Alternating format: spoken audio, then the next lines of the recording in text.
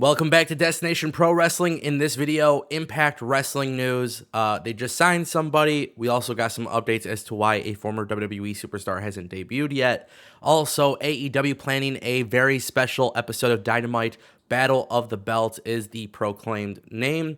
In fact, AEW actually filed for this trademark, I want to say earlier this year.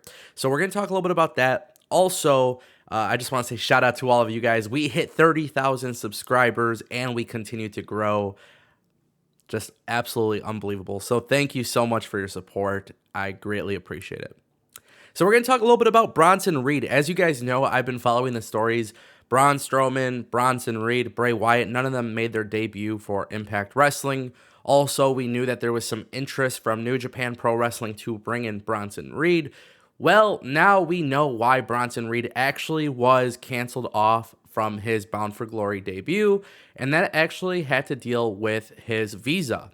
So if you guys didn't know, Bronson Reed is facing visa issues ever since he's been released by the WWE, which makes it incredibly hard for him to work in the States.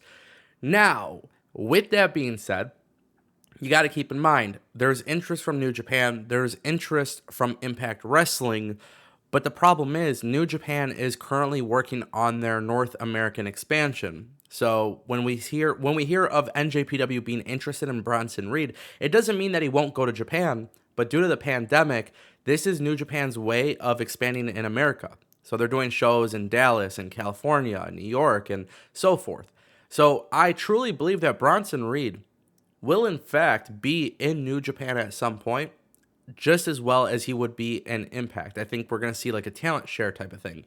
I also think that means there is potential for an opportunity for him to be at, NWA or maybe even AAA, as long as the visa issues get worked out. Now, the reason why I'm making note of this is because later on in this video, we have a story about another wrestler who's had visa troubles in the past, and it got him in big trouble. So we will talk about that shortly. But when it comes to Bronson Reed, one thing you guys really have to understand is that Bronson Reed is somebody that a lot of people think has a lot of potential outside of WWE. Because of the visa issues, he's not able to showcase his work, therefore it becomes problematic, and at that point, things just go downhill from there. The longer he stays away from wrestling, I think the worse it gets for him. So I would like to see everything resolved soon, and once Impact Wrestling does pick him up, I think it will be great news. Now, we got to talk about this because Impact Wrestling has officially signed Speedball Mike Bailey. You might remember who Speedball Mike Bailey is because just a couple years ago, there was a ton of interest from WWE to bring him in. Now, as time has gone on, there was also reportedly interest from AEW, but ultimately, Speedball Mike Bailey chose to sign with Impact Wrestling. Now, Speedball Mike Bailey is somebody who has made waves on the independent wrestling scene, but there was a lot of controversy surrounding his visa issues. So kind of going back to our story about Bronson Reed, this is something that we want to avoid, obviously. Mike Bailey, at some point, I think this was like 2016, maybe 2017. Correct me if I'm wrong. But there was a point where Mike Bailey actually was trying to get his visa with CZW, but in the meantime, he went and worked for, I think it was like Evolve, one of those shows, right? Like it was one of those indie shows. I'm pretty sure it was Evolve. And essentially what happened was he got caught. Like he was working in the States without a work visa, and they basically deported him for like 5 years. Like he was facing a ban from the United States for like 5 or 6 years. And now the ban is over, and now Impact Wrestling will be bringing him on board, which is fantastic. The fact that there was interest from AEW, WWE, and so many of these companies, it tells you a lot about the talent that Impact is signing, but it also tells you a lot about Impact Wrestling not necessarily going after every single big name free agent there is.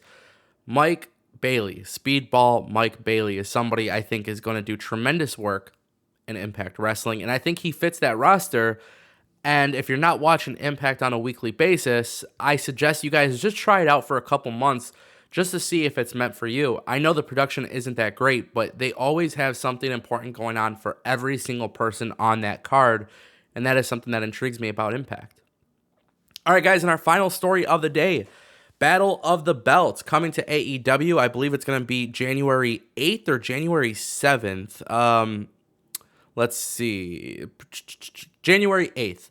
This was reported by Andrew Zarian of the Mat Men podcast, and he basically said that he was told by a source that TNT special is being planned. So this TNT special is being planned for AEW.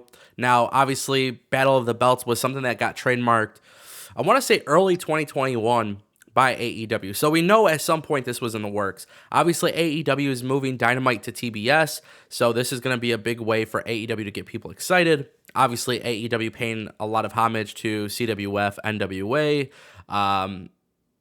Man, I was just watching one of the matches too. I think it was like Ric Flair versus Barry Windham.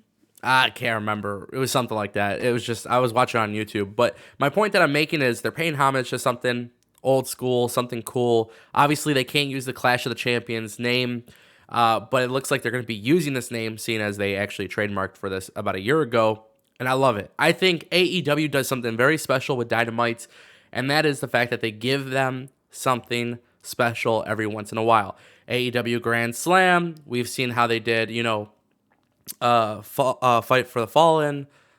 They did, Fighter Fest. Now they're doing this. That is what makes AEW, in my opinion, different.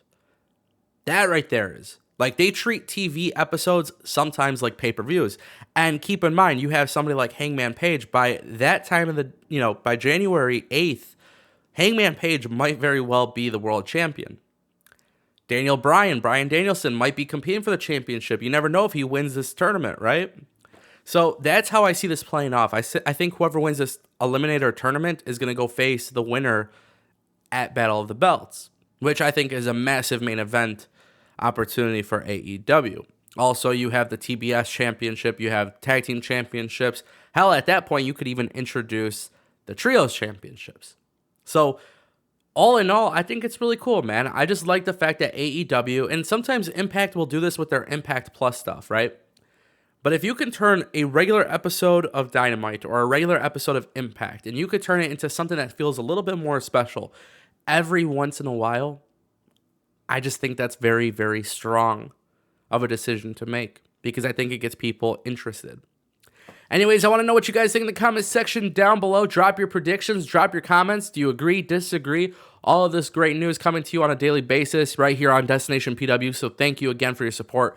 30K subscribers. Now we're on our way to 40K. Eventually 100K is the goal, and we're not stopping, baby. So thank you again, everybody, for your support. You are the best. I truly appreciate you, and I'll see you next time right here on DPW.